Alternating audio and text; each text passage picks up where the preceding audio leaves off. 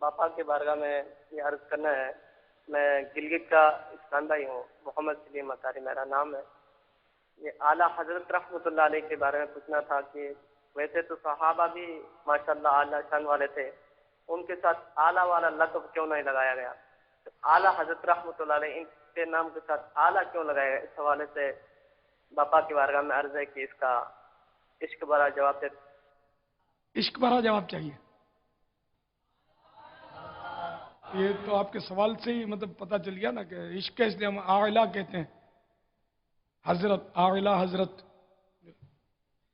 اب میں آپ کو پوچھوں گا کہ ہم ایک دوسرے کو کہتے ہیں کہ ہاں جناب فلاں جناب، ابو کو بھی جناب کہتے ہیں، اور جو آپ کا سر ہوتا ہے یا افسر ہوتا ہے تو اس کو لکھتے ہیں عالی جناب۔ تو جو عالی جناب کا جواب ہے وہ اعلیٰ حضرت کا جواب ہے۔ تو یہ ایک مطلب ہے کہ ہمارے یہاں بس وہ اعلیٰ حضرت کہا جاتا ہے بزرگوں کے، اعلیٰ حضرت کے لیے ایک مطلب ہے مخصوص، دیگر بزرگوں کو بھی بعضوں کو اعلیٰ حضرت کہتے ہیں، اس میں کوئی قباحت نہیں ہے۔ اور صحابہ کرام کو اگر اعلیٰ حضرت نہیں کہتے تھے تو صحابہ کرام کو حاجی صاحب بھی تو نہیں کہتے تھے، حافظ صاحب بھی نہیں کہتے تھے، قاری صاحب بھی نہیں کہتے، کہاں کہتے ہیں؟ میرے آقا صلی اللہ تعالیٰ علیہ وآلہ وسلم نے یقینی طور پر حج کیا، ان کے صدقے یہ سارے حج ملے ہم کو، ساری نمازیں ملی، تو حاجی رسول اللہ کوئی نہیں کہتا ہے؟ سیدنا ابو بکر صدیق رضی اللہ تعالیٰ عنہ نے حج ادا فرمایا، ان کو کوئی حاجی ابو بکر صدیق نہیں کہتا۔ اگر نیچے بھی آ جاؤ تھوڑا تو حاجی غوث اعظم کوئی نہیں کہتا، حاجی امام ابو حنیفہ کوئی نہیں کہتا، حاجی غریب نواز کوئی نہیں کہتا، اور مجھے بھی کوئی حاجی باپا نہیں کہتا۔ تو یہ سمجھانے کے لیے عرض کر رہا ہوں، مجھے حاجی باپا کہلوانا نہیں ہے، میں سمجھا رہا ہوں آپ کو۔ تو جس کے بارے میں جو لقب مشہور ہوا نا، اگر وہ شریعت سے نہیں ٹکراتا اس کو چلنے دینا چاہیے، اس میں کوئی حرج بھی نہیں ہے۔ اب جس کو حاجی صاحب بولتے ہیں اور حج کیا ہوا ہے تو صحیح ہے، اچھا ہے کہ آج کل حاجی صاحب کہتے ہیں، پہلے نہیں کہتے تھے، تو یہ ایک بدعت ہے حاجی صاحب کہنا، مگر کیا ایک مباح بدعت ہے، اس کو بدعت حسنہ کہنے کی بھی ضرورت نہیں ہے، مباح بدعت مباحہ، تو جائز ہے، نہ ثواب ہے نہ گناہ ہے۔ ہاں اس نیت سے اگر کسی کو حاجی صاحب کا اور حج کیا ہوا ہے کہ میں ایک مسلمان کی دل جوئی کرتا ہوں، تو اب یہ ثواب کا کام بن گیا کہ وہ یہ تو غالباً حدیثوں میں کہ اچھے نام سے پکارو، اچھے نام اچھے لقب، اور برے لقب سے منع فرمایا، وَلَا تَنَابَزُوا بِالْأَلْقَابِ، برے القاب سے مت پکارو، تو اس لیے وہ اعلیٰ حضرت ان کو کہا جاتا ہے۔ اچھا ان کے خود بریلی شریف میں ان کو اعلیٰ حضرت نہیں کہتے تھے، ان کو بڑے حضرت کہتے تھے۔ ہو سکتا ہے اعلیٰ حضرت بھی کہتے ہوں، علماء کہتے ہوں، عوام بڑے حضرت، جو میرا اپنا تجربہ ہی عرض کر رہا ہوں، ہم بریلی شریف گئے ہیں نا تو وہاں مطلب لوگ ان کو بڑے حضرت سے پہچانتے تھے، تو بڑے حضرت بھی درست ہے، اعلیٰ حضرت بھی درست ہے، اور اگر کوئی اعلیٰ نہیں لگاتا تو حضرت بھی درست ہے، مگر ایک شہرت ہے کہ آپ حضرت کہیں گے تو کوئی سمجھے گا نہیں، اعلیٰ حضرت میں سمجھ آ جائے گی۔ تو اسی لیے جب یہ ایک مشہور ہو گئے نا اعلیٰ حضرت، تو ان کو پھر ایک ہی کو اعلیٰ حضرت کہنا چاہیے، یہ میرا اپنا ذہن ہے۔ میرے بیٹے کا نام میں نے احمد رکھا اور پکارنے کے لیے رضا رکھا، احمد رضا، اعلیٰ حضرت کی محبت میں۔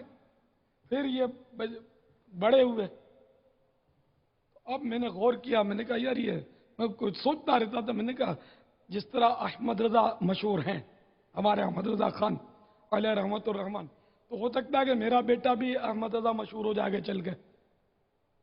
تو اب یہ کہ دو احمد رضا میں کچھ جیسا نہ ہو کہ غلط فہمیاں ہوتی رہے، تو اس لیے پھر میں نے ان کا نام جو تھا احمد تو باقی ہے، حصول برکت کے لیے جو رکھا تھا، اور اب احمد کے ساتھ رضا نہیں رکھا، میں نے عبید رضا کر دیا، عبید الرضا، نے رضا کا بہت ہی چھوٹا سا غلام، عبید جو ہے یہ عبد کی تصغیر، بہت چھوٹا اور حقیر غلام، یہ کر دیا تاکہ وہ احمد رضا کے طور پر میرا بیٹا مشہور نہ ہو۔ ایک احمد رضا الحمدللہ لاکھوں پر بھاری ہے، کروڑوں پر بھاری ہے۔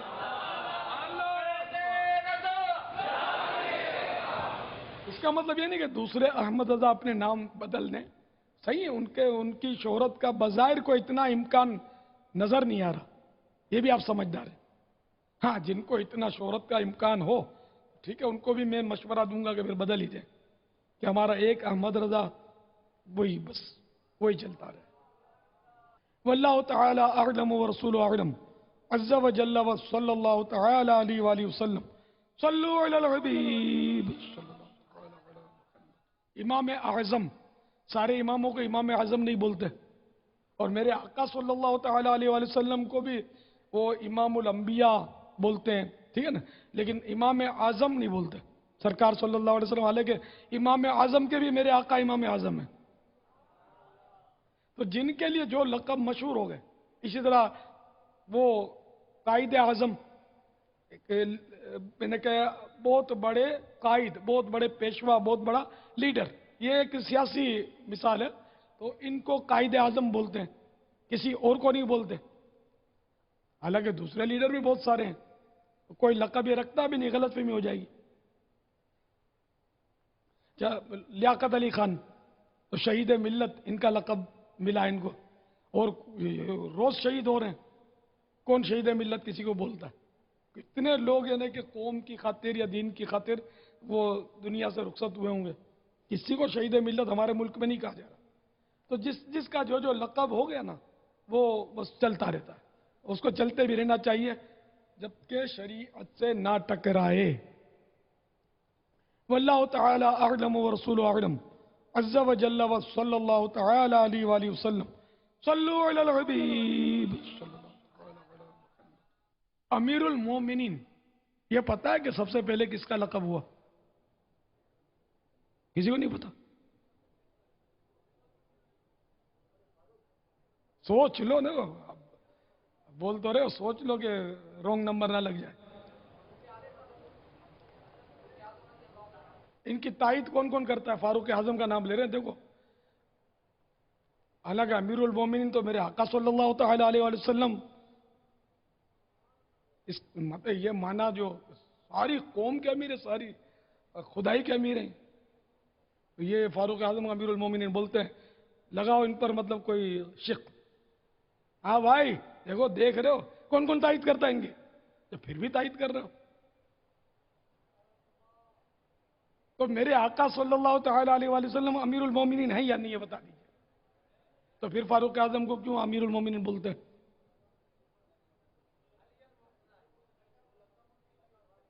بعد میں خلفاء راشدین کو یہ مل گیا لقب، لیکن فاروق اعظم سے ہی شروع ہوا، ٹھیک ہے نا، امیر المومنین۔ اب امیر المومنین کے لیے کیا حکم ہے؟ سارے نبیوں کو امیر المومنین کا کوئی لقب ہم نے نہیں سنا، سارے اپنی اپنی جگہ۔ فاروق اعظم کے بھی امیر ہیں میرے آقا، امیر منے سردار، تو مومنوں کے سردار تو میرے آقا بھی مومنوں کے سردار ہیں۔ اور اگر اب کسی کو امیر المومنین کہا جائے تو پھر وہ لوگ باتیں بنائیں گے، ظاہر ہے کہ بھئی امیر المومنین ہے، تو یہ کہ اب لقب میں کچھ نہ کچھ وہ ترمیم ہو جاتی ہے، بات ملتی جلتی ہوتی ہے، ترمیم۔ تو اسی لیے مطلب یہ کہ اعلیٰ حضرت تو اعلیٰ حضرت، عالی جناب، عالی جناب تو خیر کسی کا مخصوص لقب نہیں ہے۔ ماشاءاللہ بھائی، ان کو دو تحفہ ہے، سب سے پہلے انہوں نے بتایا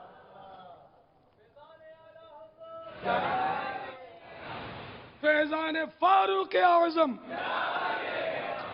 مدنی چینل والا کوئی دکھا دوں، اس کا دیکھنا بھی عبادت کی نیت سے دیکھیں گے، ثواب کی نیت سے ثواب ملے گا، یہ تو ہمارے سر کا تاج ہے نا، الحمدللہ۔ بھائی اپنی مدنی فیس آنے دو، اب کچھ چاند رات کو کتنے سال کے؟ نہیں مطلب وقف مدینہ ہو یا کیا؟ اچھا، تو جامعہ والوں کو 12 ماہ تو کرنے ہوتے ہیں نا سفر، کب؟